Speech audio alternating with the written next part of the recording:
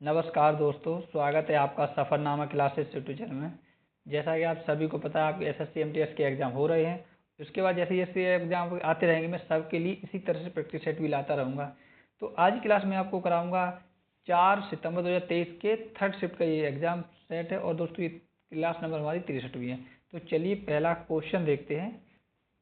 भारत की जनगणना 2011 के अनुसार किस राज्य या केंद्र शासित प्रदेश में लिंगानुपात सबसे कम है? तो इसका जो राइट आंसर है वो हो जाएगा ऑप्शन नंबर, जो यहाँ पे कौन सा दिया, चौथा दिया, दमन और दीव में सबसे कम लिंगानुपात है। और राज्य की बात की जाए तो स्पेशल राज्य में तो वो हरियाणा का है। और सबसे ज़्यादा लिंगानुपात केरल का है। सबसे ज़्यादा साक्षरता दर है वो केरल की थी। सबसे कम साक्षरता दर है वो बिहार की थी। चलिए अगला क्वेश्चन देखते हैं। पैराथायरॉयड हार्मोन्स निम्नलिखित में से किस स्थिति के अपर्याप्त स्तर के कारण रक्त में कैल्शियम कमी के कारण बनती है? इसका जो राइट आंसर है वो हो जाएगा, यहाँ ऑप्शन नंबर चौथा दिया, हाइपोकैल्सीमिया। क्या, हाइपोकैल्सीमिया। चलिए अगला क्वेश्चन देखते हैं। निम्नलिखित में से किस नेता ने बिहार में 1857 के विद्रोह का नेतृत्व किया था? ये तो आपको पता ही होगा दोस्तों, उस नेता का नाम था कुंवर सिंह। ऑप्शन नंबर तीसरा बिल्कुल सही हो जाएगा। चलिए अगला क्वेश्चन देखते हैं।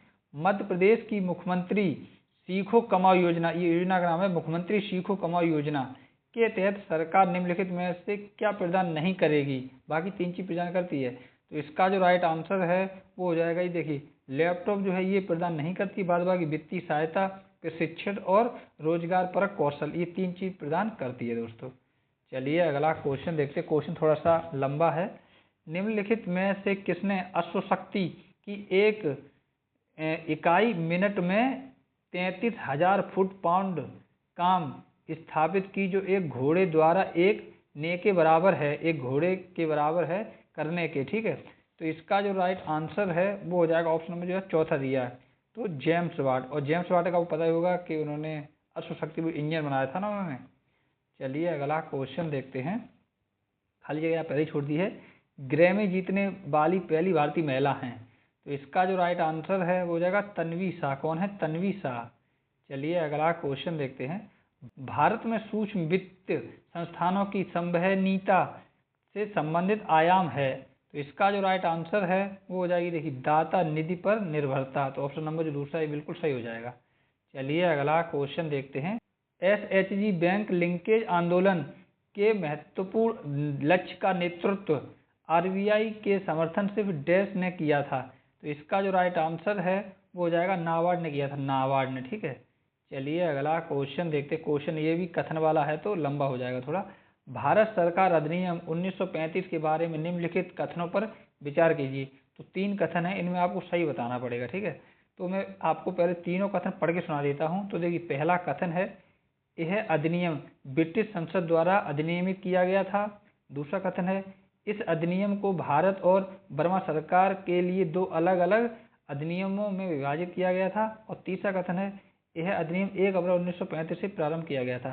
तो इनमें से कौन सा जो कथन है वो सही है? तो इसका जो राइट आंसर है दोस्तों वो देखिए, ऑप्शन में तीसरा दिया है, पहला और दूसरा, ये सही है। तो मैं आपको बता दूं, पहला और दूसरा, केवल इतना जो मैंने अंतर किया है ये दोस्तों सही है, और तीसरा वाला इसमें गलत हो जाएगा। चलिए अगला क्वेश्चन देखते हैं। भारत सरकार द्वारा ग्रामीण युवाओं को स्वरोजगार हेतु प्रशिक्षण योजना किस वर्ष शुरू की गई थी? तो इसका जो राइट आंसर है वो जाएगा 1979 में। कब? 1979 में। चलिए अगला क्वेश्चन देखते हैं। निम्नलिखित में से प्रसिद्ध क्रिकेटर सौरव गांगुली की आत्मकथा कौन सी है? तो बात की जाए दोस्तों सौरव गांगुली आत्मकथा की, तो आपको पता ही होगा, a century is not enough, मतलब एक शतक काफ़ी नहीं है, इसका यही मतलब हुआ मेरे ख्याल से। चलिए अगला क्वेश्चन देखते हैं। भारत की जलवायु का वर्णन करने के लिए प्रयुक्त सामान्य शब्द क्या है? तो इसका जो राइट आंसर है वो हो जाएगा ऑप्शन नंबर जो यहाँ पे दूसरा हो जाएगा, उष्णकटिबंधीय मानसून। कौन सी है? उष्णकटिबंधीय मानसून। चलिए अगला क्वेश्चन देखते हैं। ISSF जूनियर विश्व कप 2023 में भारत ने कितने स्वर्ण पदक जीते? तो इसका जो राइट आंसर है वो जाएगा कुल 6 पदक जीते थे। चलिए अगला क्वेश्चन देखते हैं। वह सबसे शक्तिशाली हथियार कौन सा है जो संसद को कार्यकारी जवाबदेही सुनिश्चित करने में सक्षम बनाता है? तो इसका जो राइट आंसर है वो जाएगा अविश्वास प्रस्ताव। ये है दोस्तों सबसे शक्तिशाली हथियार। चलिए अगला क्वेश्चन देखते हैं। डंडारी नृत्य, मंडलियाँ, कोलम और राजगोंड जनजातियों की भागीदारी के साथ एक पखवाड़े तक दिवाली के त्योहार के दौरान डैश का प्रदर्शन करती है। तो इसका जो राइट आंसर है वो हो जाएगा ऑप्शन जो तीसरा दिया है, गुसाड़ी, यहाँ लिखा जाएगा गुसाड़ी का प्रदर्शन करती हैं। चलिए अगला क्वेश्चन देखते हैं। प्रसिद्ध नृत्य इतिहासकार डॉक्टर सुनील कोठारी को असम सरकार द्वारा 2019 में राज्य की किस नृत्य शैली को लोकप्रिय बनाने के लिए माधवदेव पुरस्कार से सम्मानित किया गया? तो इसका जो राइट आंसर है वो हो जाएगा सत्रिया, और सत्रिया आपको पता ही होगा किस राज्य का है।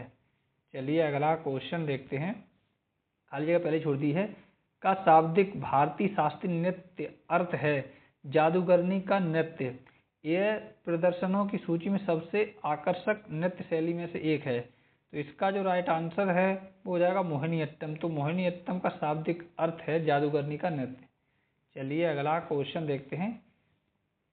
क्वेश्चन कुछ इस तरह से है, टीम रेस्ट ऑफ इंडिया ने 2023 में ईरानी कप जीता। ईरानी कप किस राज्य में आयोजित किया गया? तो इसका जो राइट आंसर है हो जाएगा मध्य प्रदेश में दोस्तों इसका आयोजन हुआ था। चलिए अगला क्वेश्चन देखते हैं। 42वां संविधान संशोधन अधिनियम किस वर्ष पारित किया गया था? तो ये तो आपको पता होगा, सबसे फेमस ये संविधान संशोधन, और इसे मिनी कॉन्स्टिट्यूशन भी कहते हैं। तो इसका जो राइट आंसर है वो हो जाएगा 1976। कब किया गया था? 1976 में। उसके बाद जो 44वां संशोधन हुआ था वो 1978 में हुआ था। चलिए अगला क्वेश्चन देखते हैं। केरल और कर्नाटक में पूर्व मानसून वर्षा को फिर डैश के रूप में जाना जाता है। तो इसका जो राइट आंसर है वो हो जाएगा आम्र वर्षा के नाम से जाना जाता है। चलिए अगला क्वेश्चन देखते हैं। लॉन्ग वॉक टू फ्रीडम बहुत इंपॉर्टेंट किताब है दोस्तों। आत्मकथा किस अफ्रीकी नेता द्वारा लिखी गई है? तो लॉन्ग मतलब स्वतंत्रता के लिए एक लंबी चाल ऐसे बोल सकते हैं।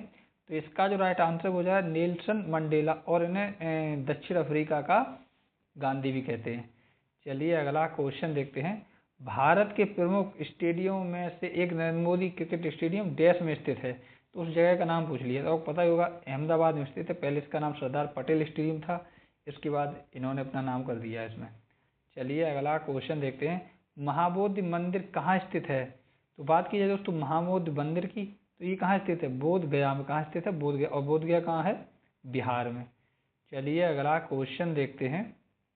श्री जगन्नाथ जी मेला फिर डैश में आयोजित किया जाता है। तो ये तो आपको पता ही होगा, जगन्नाथ जी का जो मेला है दोस्तों राजस्थान के किसी शहर में लगता है। अब आप जगन्नाथ से उड़ीसा ना चले जाने, तो इसका जो राइट आंसर हो जाएगा अलवर। कहाँ लगता है ये? राजस्थान के शहर अलवर में। चलिए अगला और ये आपका लास्ट क्वेश्चन है। किस भारतीय संगीतकार हस्ती का जन्म स्थान पश्चिम बंगाल है? तो इसका जो राइट आंसर है वो हो जाएगा ऑप्शन में जो है पहला दिया बप्पी लहरी, इनमें से है। तो मतलब बप्पी लहरी का इनमें से जन्म स्थान जो पश्चिम बंगाल है। तो आपके लिए SSC MTS के प्रीवियस ईयर के क्वेश्चन पेपर। तो चलिए मिलते हैं नेक्स्ट क्लास। तब तक आप अपना और अपनी फैमिली का अच्छे से ख्याल रखें और अपने एग्जाम अच्छे से तैयारी करते रहें। धन्यवाद दोस्तों।